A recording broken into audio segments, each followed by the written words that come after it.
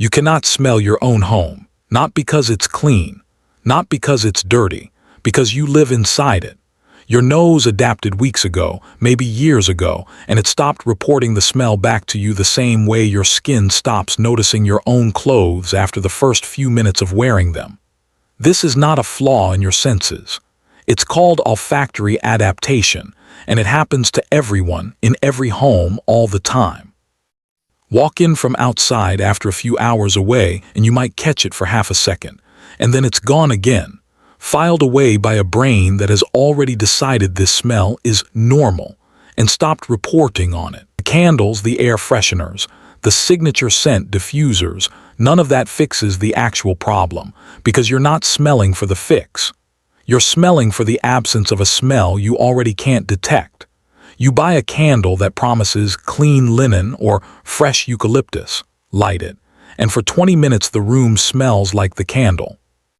Then the candle burns out, your nose adapts to that too, and you're back to the same baseline you started at, except now there are two smells layered on top of each other instead of one, and neither of them was ever the problem. I used to think a clean-smelling home was the result of good products. Better candles, better sprays, better laundry detergent. But the more closely I looked at how scent actually works in a house, not how it's marketed, but how it physically accumulates and moves through fabric, wood, and air, the more I realized the problem was never product. It was pattern. A home doesn't smell because something went wrong. It smells because 100 small, ordinary things went unnoticed, day after day in exactly the same spots. The shoes by the door, the damp towel on the hook, the trash can that gets taken out a day later than it should. You take off your shoes, set your bag on a chair, leave the mail on the table and keep moving, and none of that is a failure of discipline. It's just an invisible routine, running quietly in a place your nose has already stopped reporting on. This is not a video about candles. This is a video about the 12 small mechanical habits, many of them rooted in Japanese domestic tradition, that keep a home smelling like nothing at all. Not flowery, not fresh linen, nothing. Because nothing is what neutral actually smells like, and neutral is the goal. Not a home that smells good. A home that has stopped producing smell in the first place.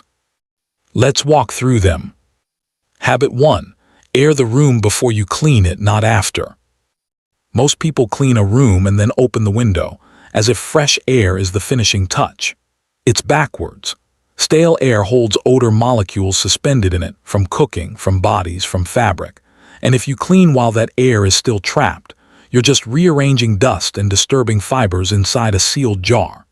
Every pass of a duster or a vacuum kicks particles back into the air they can't escape, and they simply resettle a few minutes later, often onto a surface you just wiped. In Japan, this is called kanki, ventilation, and it's treated as the first step of cleaning, not the last. The mechanism is simple. Odor particles need somewhere to go, and a closed room gives them nowhere but back onto your furniture. Open 2 windows on opposite sides of the room for 5 minutes, a true cross breeze, not just one window cracked an inch, before you touch anything else.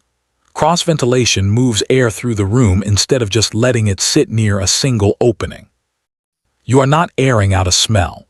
You are giving the room an exit before you start pushing more particles into the air.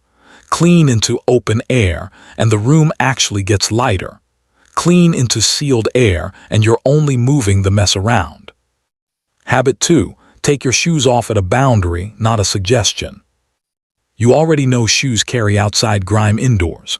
What you may not know is that they also carry outside smell, pavement, exhaust, other people's floors, whatever you stepped in without noticing, and every step past the doorway grinds it a little further into your carpet fibers, which hold odor far longer than hard flooring does. A hardwood floor can be wiped clean in seconds. A carpet fiber holds onto what's pressed into it for weeks. The jenkin, the sunken entryway in Japanese homes, isn't just tidiness. It's a hard physical boundary between outside smell and inside smell, and the shoes never cross it because there's nowhere for them to cross to. The floor level itself changes. If your home doesn't have a jenkin, build one anyway. A mat, a low shelf, a single step that means shoes end here, and everyone in the house treats it as non-negotiable, not as a polite request you have to repeat. The boundary only works if it's a place, not a reminder you have to give. A rule you have to say out loud every day isn't a system. It's a chore you've added to your own to-do list. Habit 3. Wash the towel before it can dry mildew smell into itself. A bath towel that air dries slowly, folded over itself on a hook in a humid bathroom, is not staying clean between washes, it's incubating. Damp cotton at room temperature, folded thick enough to trap moisture at its center, is close to ideal conditions for the bacteria that produce that specific mildew-sour smell. And once that smell sets into the fibers themselves, no amount of detergent fully removes it. You just mask it, wash after wash, until it comes back stronger than before. The fix isn't washing more often. It's drying faster. Hang the towel spread flat, not folded, ideally with airflow underneath and behind it. A hook with space behind it, not a towel pressed flush against a wall or a door. A towel that dries in 2 hours never gets the chance to smell like anything at all, because the bacteria never get the window of time they need to establish themselves. It's not really a towel problem. It's a drying time problem wearing a towel. Habit 4. Let the kitchen sponge die on schedule, not on inspection. You look at a sponge to decide if it's still good. That's the wrong sense to use. A sponge can look perfectly fine, no visible mold, no obvious staining, and still be one of the most bacteria-dense objects in the entire house, because you're checking it visually for a problem that's chemical and microbial, not cosmetic. The damp, warm, food particle-rich environment of a used sponge is essentially a breeding ground, and the sour kitchen smell that seems to come from the sink is very often coming from the sponge sitting 6 inches away from it, quietly doing the actual work. Replace it every 1 to 2 weeks on a fixed schedule, tie it to trash day, or the first of the month, something automatic that doesn't rely on your nose to flag it. Waiting for a sponge to smell bad enough that you finally notice means you've already been living with it and cross-contaminating your dishes with it for at least a week before that. The sponge was never going to tell you when it was done. That was always your job. Habit 5. Store rice, grains, and dry goods the way you'd store something that breathes. Pantry smell, that faint, slightly stale, slightly sweet mustiness that seems to come from nowhere specific, usually isn't coming from spoiled food. It's coming from dry goods stored in their original paper or thin plastic packaging, which isn't sealed, and which slowly absorbs ambient humidity and releases a low, constant must into the enclosed pantry air over weeks and months. Japanese kitchens have long favored airtight canisters, glass, ceramic, or tin, not for aesthetics, but because they stop that slow humidity exchange entirely. A sealed container doesn't breathe with the room, so it doesn't pick up the room's moisture, and it doesn't release anything back into it either. Move rice, flour, and grains into sealed containers, and the pantry stops being a source you can't quite locate, because you've removed the thing that was quietly exhaling into it. This isn't about the food going bad. It's about the packaging letting the room breathe when it shouldn't have been breathing at all. Habit 6. Treat the doormat as a filter, not a decoration. A doormat's job is mechanical, not visual. It's supposed to physically scrape particulate matter off the sole of a shoe before it reaches your floor. A flat, smooth, decorative mat with almost no texture does very little of this. It just moves the dirt 1 foot further into the house before it transfers onto your flooring anyway. A coarse, bristled, or coir mat actually pulls debris off the shoe as it passes over it, which means less outside odor tracked in and less debris ground into your entry flooring over time, where it slowly breaks down and smells faintly of the outdoors. Not fresh outdoors, old outdoors, the smell of things that have been sitting. Shake it out weekly outside, not just vacuum it in place where the dust it's holding just gets stirred and resettles. The mat is doing a job. Let it actually finish the job instead of just holding the mess near the door indefinitely. Habit 7. Don't let laundry sit clean in the machine. Wet laundry left in the washer for even a few hours starts to develop a specific mildew smell that gets worse the longer it sits. Because damp fabric bunched together in a closed drum is functionally the same environment as that towel on the hook from habit 3, warm, dark, no airflow, and now with an entire load's worth of fabric instead of just one towel. The frustrating part is that this smell doesn't wash out with more detergent. It often requires an extra hot cycle just to undo the sitting, which means the solution ends up costing more water and more time than simply moving the load promptly would have. The fix is almost embarrassingly simple. Move laundry to the dryer or the line the moment the cycle ends, not in 20 minutes, not after this show. Set a timer if you need to externalize the memory. Willpower isn't the issue here, timing is, and a timer solves a timing problem far more reliably than a good intention does. Habit 8. Wipe the trash can, not just the bag. You change the bag and assume the smell problem is solved. But liquid seeps through bag seams over the course of a week and pools at the bottom of the can itself. And that residue, not the bag, not even the trash inside it, is often the actual source of a kitchen's lingering smell. It sits below the bag line, invisible, slowly souring in a spot you never think to check because the bag is what you interact with. Once a week, pull the bag, wipe the inside base of the can with a damp cloth or a diluted vinegar solution, and let it air dry for a few minutes before rebagging. You're not cleaning trash. You're cleaning the container that trash sat in, which is a different surface entirely, and one that never gets replaced the way the bag does. Habit 9. Keep something absorbent in the fridge and replace it, don't just place it. An open box of baking soda in the fridge is common advice, but most people put it in once and forget it for a year, at which point it's fully saturated and doing nothing at all. Baking soda absorbs odor molecules until it's chemically full, the same way a sponge holds water until it can't hold any more, and a full box gives no visual sign that it stopped working. It looks exactly the same on day 1 and on day 200.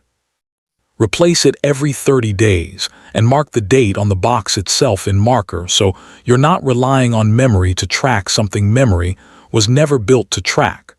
A fridge that smells like nothing isn't lucky. It's on a schedule that someone actually maintains, quietly in the background. Habit 10. Change the air, not just the surface, after cooking with oil or fish. Frying, searing, and cooking fish all release airborne fat particles that don't just disappear when the food is done. They settle onto curtains, upholstery, and cabinet fronts, which is why a kitchen can smell like last night's dinner well into the next afternoon, even after every dish has been washed and every counter wiped down. Wiping the stove doesn't touch this. The particles are in the air and in the soft furnishings, not just in the pan or on the burner. Run the range hood for a full 10 minutes after you finish cooking, not just during, and crack a window nearby if you have one. The smell isn't lingering because the kitchen is dirty. It's lingering because the air itself was never actually cleared, and a clean stovetop can sit inside dirty air for hours without anyone realizing the air was the part that needed attention. Habit 11. Let sunlight reach your futon, mattress, or pillow on a rhythm. Bedding absorbs sweat, skin oils, and humidity every single night, and without regular exposure to sun and fresh air, it develops a low, musty smell that most people stop noticing because they only ever smell it while half asleep, which is close to the worst possible condition for actually registering it. In Japan, airing the futon in direct sunlight, traditionally draped over a balcony rail, isn't just about warmth or a pleasant sun-dried scent. UV exposure measurably reduces the moisture content and some of the microbial load that causes that smell in the first place, in a way that spraying fabric freshener over the top of it simply doesn't. Once a week, if you can manage it, get your pillow or mattress topper into direct sun for even 30 minutes. Your nose has stopped smelling your own bed a long time ago. That doesn't mean it stopped needing air. It just means you're the last person who would ever notice if it didn't get any. Habit 12. Address the drain, not the room. A faint sulfur or sewage-like smell in a bathroom or kitchen almost never comes from the room itself. It comes from a dry P-trap. The curved section of pipe under a sink or floor drain that's supposed to hold a small amount of water as a seal against sewer gas rising up from the pipes below. If that water evaporates, which happens most often in drains that aren't used often, a guest bathroom, a basement floor drain, a rarely used laundry sink, the seal breaks and the smell rises straight up into the room with nothing stopping it. Pour a cup of water down any infrequently used drain once every week or two. It takes 10 seconds, and it solves a smell that candles were never going to touch, because candles fight air, and this problem was never in the air to begin with. It was in the pipe, several feet below where anyone would think to look. None of these habits require more discipline than you already have. That was never the missing ingredient. What was missing was noticing, really noticing, the 12 small mechanical points in a home where smell quietly originates and re-originates, day after day, in spots your nose gave up reporting on a long time ago. A candle can't fix a dry P-trap. A diffuser can't dry a towel faster. No amount of signature scent was ever going to reach the sponge sitting by the sink, or the water evaporating out of a pipe you haven't thought about in months. You don't need a signature scent. You need 12 small systems, each one small enough to take less than a minute, running quietly in the background of a life that's already busy enough without one more thing to remember. Set them up once. Tie each one to something that already happens: trash day, laundry day, the first of the month, so the system runs itself instead of asking you to run it. That's the actual difference between a home that smells like something and a home that smells like nothing. Not more effort, just effort placed correctly at the 12 points where it was always quietly needed. That's the quiet home,